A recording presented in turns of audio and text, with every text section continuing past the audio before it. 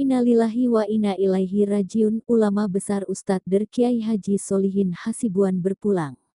Media Sriwijaya, Palembang. Innalillahi wa inna ilaihi rajiun.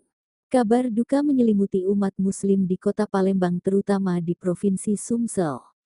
Hal ini setelah kehilangan sosok ulama Ustadz Der Kiai Haji Solihin Hasibuan MPD yang berpulang pada Senin, tanggal 4 November tahun 2024 pagi.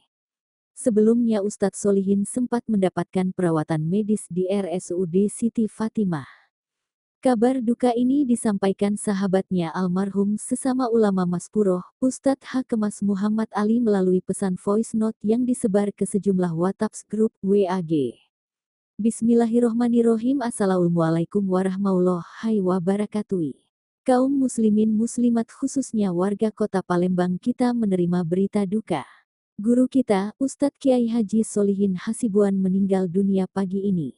Doakan beliau semoga diampuni segala dosa-dosanya, insya Allah ditempatkan di sebaik-baik tempat di surganya Allah SWT, ucap Ustadz Kemas M. Ali dalam voice notenya pagi ini dengan suara terisak menahan tangis. Sontak kabar duka ini menyebar dengan cepat, ini langsung mendapatkan respons dari warga kota Palembang dan memberikan doa kepada almarhum.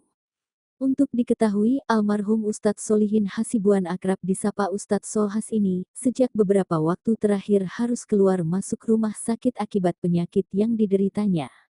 Almarhum sempat keluar masuk rumah sakit baik di RSUD Siti Fatimah maupun RSUD Muhammad Hussein.